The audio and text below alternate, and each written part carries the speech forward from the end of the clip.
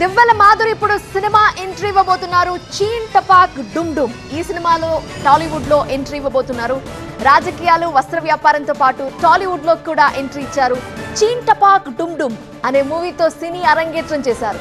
గైరమ్మత్త అనే రోల్లో ఆమె నటిస్తున్నారు. ఆ మూవీకి సంబంధించిన ముచ్చట్లు, సినిమాలతోనే ప్రయాణమా, రాజకీయాలు చేస్తారా అనే డీటెయిల్స్ మా సీనియర్ కరెస్పాండెంట్ శ్రీనివాస్ అందిస్తారు.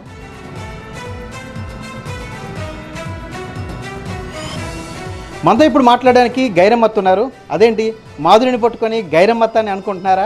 మనందరికీ దువ్వాడ శ్రీనివాస్తో ప్రామాయణం పరంగాను, వకుల సిల్క్స్ అధినేత్రిగాను, బిగ్ బాస్ ఫేమ్ గాను తెలిసినటువంటి మాధురి ఇప్పుడు టాలీవుడ్లో కూడా ఎంట్రీ ఇచ్చారు. అందులో చీన్ టపాక్ డుమ్ డుమ్ అనేటువంటి ఒక కొత్త మూవీతో ఆమె తెరంగేట్రం చేయబోతున్నారు. అయితే ఆ సినిమాలో కూడా ఈమె పాత్ర ఒక విభిన్నమైనటువంటి పాత్ర, గైరమ్మత్త అనేటువంటి పాత్రలో నటిస్తున్నారు. ఆ సినిమాకి సంబంధించి ముచ్చట్లను ఆమెను అడిగి తెలుసుకుందాం.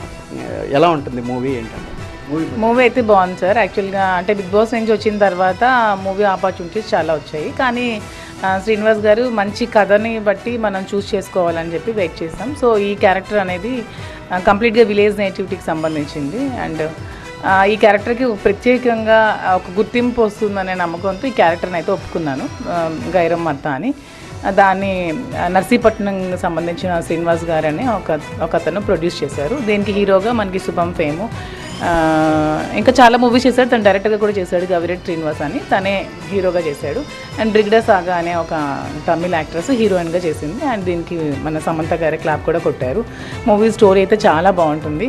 అండ్ మెయిన్గా నా రోల్ స్టార్టింగ్ నుంచి ఎండింగ్ వరకు కూడా లిటరల్గా చూసిన ప్రతి ఒక్కరు కూడా దాన్ని ఎంజాయ్ చేస్తారు. అంత బాగుంటుంది. ఇంకొక మూవీ కూడా చేస్తున్నాము శ్రీనివాస్ గారు, నేను పలానా వారి అబ్బాయి అనే మూవీలో శ్రీనివాస్ గారు ఎమ్మెల్యే క్యారెక్టర్ చేస్తున్నారు. నేను తన పక్కనే రియల్ లైఫ్లో ఎలాగో అలాగే కూడా అందులో వైఫ్ క్యారెక్టర్ చేస్తున్నాము.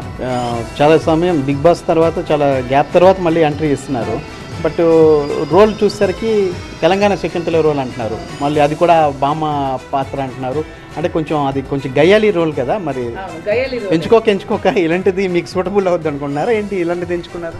ఎలాగ జనాలు చాలా మంది నేను గయ్యాలి అనుకుంటున్నారు కదా, అందుకే త్వరగా జనాల్లోకి వెళ్తుంది. బాగుంటుంది, క్యారెక్టర్ అయితే చాలా బాగుంటుంది. యాక్చువల్గా ఫస్ట్ ట్రయల్లో ఈ మూవీ చేశాను. నిజంగా నేను నా నటన జనాలకి నచ్చి బాగానే చేశాను అనిపిస్తే పద్ధతిగా ఇంకేమైనా మూవీస్ చేస్తాను. ఇంకా లేదు బాగాలేదు అని ఏమైనా అభిమానులు అనుకుంటే ఇంకా అందరితో ఆపిస్తాను. యాక్చువల్లీ క్లాసికల్ డాన్సర్ మాధురి, అలాంటి ఆమె పొలిటికల్ మీద ఇంట్రెస్ట్తో ఇటువైపు రావడం, తర్వాత దువ్వాడ శ్రీనివాస్కి దగ్గర అవడం, తర్వాత మళ్ళీ వస్త్ర వ్యాపారం వైపు వెళ్ళడం, బిగ్ బాస్లోకి వెళ్ళడం, మళ్ళీ ఇప్పుడేమో టాలీవుడ్లోకి ఎంట్రీ అవ్వడం. ఏంటి జర్నీ, ఎటు వెళ్తుంది, ఏమనుకుంటున్నారు?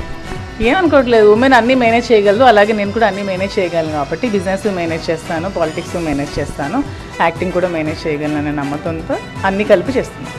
అంటే నెక్స్ట్ ఫ్యూచర్లో ఏ విధంగా పొలిటీషియన్గానే ఉంటారా?